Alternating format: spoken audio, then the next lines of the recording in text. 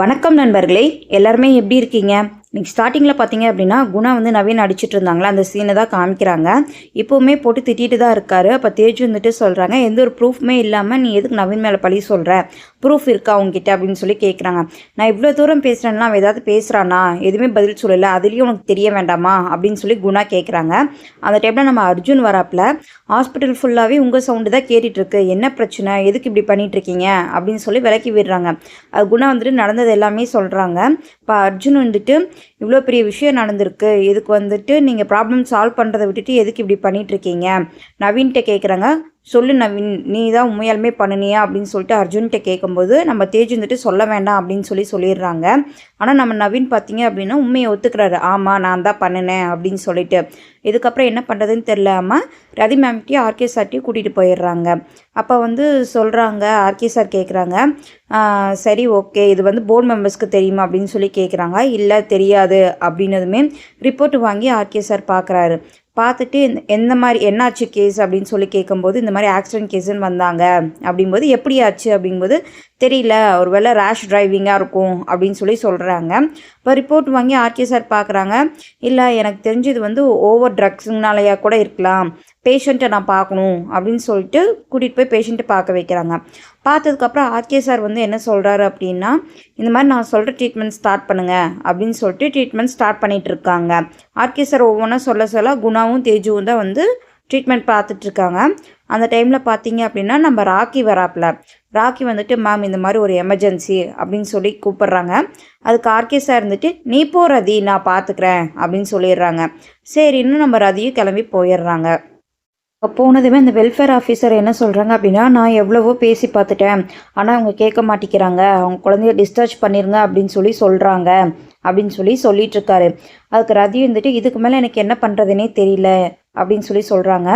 அப்போ நம்ம ராக்கி தான் வந்துட்டு சொல்கிறாப்புல, உங்கள் வழக்கத்தை வந்து நான் தப்புன்னு சொல்லலை, இதனால நிறைய உயிர்களை நீங்கள் இழக்கிறீங்க, இந்த வழி என்னங்கிறது எனக்கு நல்லாவே தெரியும், அதனால் புரிஞ்சுக்கோங்க அப்படின்னு சொல்லி ராக்கி சொல்கிறாங்க. ஆனால் அவங்க வந்து எதுவுமே கேட்கல. இல்லை நாங்கள் போய் பார்த்துக்குறோம், நீங்கள் டிஸ்சார்ஜ் பண்ணிடுங்க அப்படின்னு சொல்லிகிட்டே இருக்காங்க.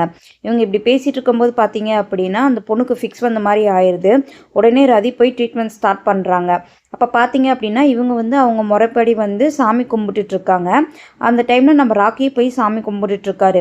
இது எல்லாத்துக்குமே ரொம்ப ஆச்சரியமாக இருக்குது, என்னடா ராக்கி இந்த மாதிரி பண்ணிகிட்ருக்காரு அப்படின்னு சொல்லிட்டு. அதை வந்து அவங்க அந்த பேஷண்ட்டோட அம்மாவும் நோட் பண்ணிடுறாங்க. நோட் பண்ணதுக்கப்புறம் அந்த பொண்ணு கொஞ்சம் நார்மல் ஆயிடுது. நார்மலானதுக்கப்புறமே இல்லை என் பொண்ணை அனுப்பிச்சி வச்சுருங்க, நாங்கள் கூட்டிகிட்டு போயிடுறோம் அப்படின்னு சொல்லி மறுபடியும் சொல்கிறாங்க. அப்போ வந்து அந்த பேஷண்ட்டோட அவங்க அம்மா இருந்துட்டு ஒரு நிமிஷம் வாங்க அப்படின்னு சொல்லி கூட்டிகிட்டு போய் ஏதோ சொன்னாங்க. சொன்னதுக்கப்புறமே வந்துட்டு சரிங்க நாங்கள் ஆப்ரேஷன் ஒத்துக்கிறோம், ஆனால் வந்துட்டு இந்த தம்பி தான் பண்ணணும் அப்படின்னு சொல்லிட்டு நம்ம ராக்கியை காமிக்கிறாப்புல. ராக்கிக்குன்னா ஷாக் ஆனதுமே நான் எப்படி பண்ண முடியும் அப்படிங்கும்போது ரதி இருந்துட்டு நீ பண்ணு ராக்கி, நான் வந்துட்டு உனக்கு கைட் பண்ணுறேன் அப்படின்னு சொல்லி ஆப்ரேஷன் ஸ்டார்ட் பண்ணிடுறாங்க. இவங்களும் இங்கே ஆப்ரேஷன் பண்ணிகிட்டு இருக்கும்போது அந்த பேஷண்ட்டுக்கும் ட்ரீட்மெண்ட் வந்து குணாவும் தேஜுவும் பண்ணிகிட்ருக்காங்க. அப்புறம் அந்த பேஷண்ட்டோட பிபி எல்லாமே நார்மலாகி பொழைச்சிட்றாங்க. அதே மாதிரி இந்த பொண்ணுக்குமே வந்து ஆப்ரேஷன் சக்ஸஸாக பண்ணி முடிச்சிடுறாங்க. 2 கேஸுமே முடிஞ்சதுக்கப்புறம் மறுபடியும் நவீனை கூப்பிட்டு என்கொயரி பண்ணுறாங்க. நீ வந்து நல்லா டாக்டராக வருவேன்னு சொல்லி நான் நினச்சேன் நவீன், ஆனால் நீ இந்த மாதிரி பண்ணுவேன்னு நான் நினச்சி கூட பார்க்கல அப்படின்னு சொல்லிட்டு நம்ம ரதி சொல்கிறாங்க. ஏன்னா நீ வந்து ஹை டோசேஜ் கொடுத்தது வந்து நான் தப்புன்னு சொல்லலை, ஏன்னா வந்து அது ஹியூமன் எரரு, ஆனால் நீ வந்து அதை ஹைட் பண்ண பார்த்தியா, அதுதான் ரொம்ப பெரிய தப்பு, இது எவ்வளோ பெரிய மெடிக்கல் க்ரைம் தெரியுமா அப்படின்னு சொல்லி ரதி பேசிகிட்டு இருக்காங்க.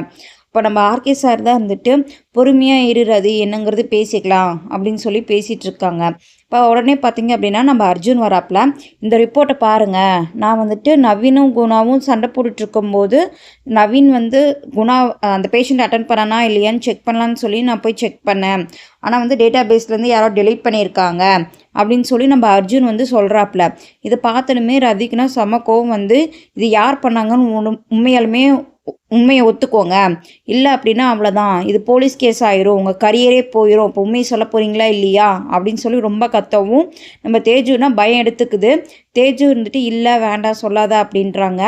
ஆனால் வந்துட்டு நம்ம நவீன் வந்துட்டு சொல்லிடுறாரு, ஆமாம் நான் தான் பண்ணேன், தெரியாமல் பண்ணிட்டேன் மேம், சாரி, எனக்கு பயத்தில் என்ன பண்ணுறதுனே தெரியல அப்படின்றாங்க.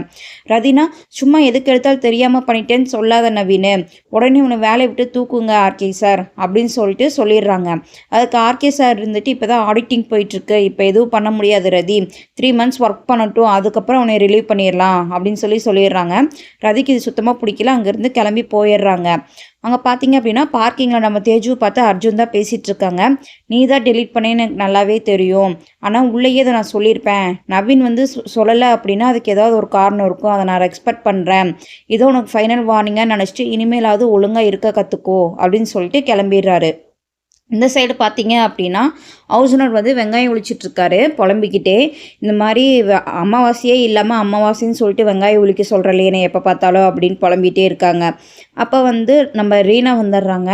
ரீனா வந்ததும் என்னங்கம்மா சாப்பாடெலாம் வந்து தடபுடலாம் பயங்கரமாக செஞ்சு வச்சுருப்பீங்க போல் அப்படின்னு சொல்லி கேட்குறாங்க. ஆமாம்மா நீ போய் ரெஃப்ரெஷ் ஆகிட்டு வா சாப்பிட்லாம் அப்படின்றாங்க. அப்போ அந்த ஹவுஸ் ஓனர் வந்து கேட்குறாரு அந்த ஆன்ட்டி கிட்ட, இந்த மாதிரி நீ வந்து அவங்க அம்மாவை கூப்பிட்ருக்கேன் நீ ஏன் சொல்லலை அப்படிங்கும்போது, அதில் ஒரு சர்ப்ரைஸ் வச்சுருக்கேன் அதனால தான் அப்படின்னு கேட்குறாங்க. என்ன சர்ப்ரைஸ் அப்படின்னு கேட்கும்போது, நான் உங்ககிட்ட சொல்லக்கூடாதுங்கிறது தான் அந்த சர்ப்ரைஸே அப்படின்னு சொல்லி முடிக்கிறாங்க. மீண்டும் நாளை ஒரு எபிசோடில் பார்க்கலாம். அது வரைக்கும் டாட்டா பாய் கைஸ். என்னோடய சேனலை சப்ஸ்கிரைப் பண்ண மறந்துடாதீங்க. கமெண்ட் பண்ணுங்கள், லைக் பண்ணுங்கள். தேங்க்யூ.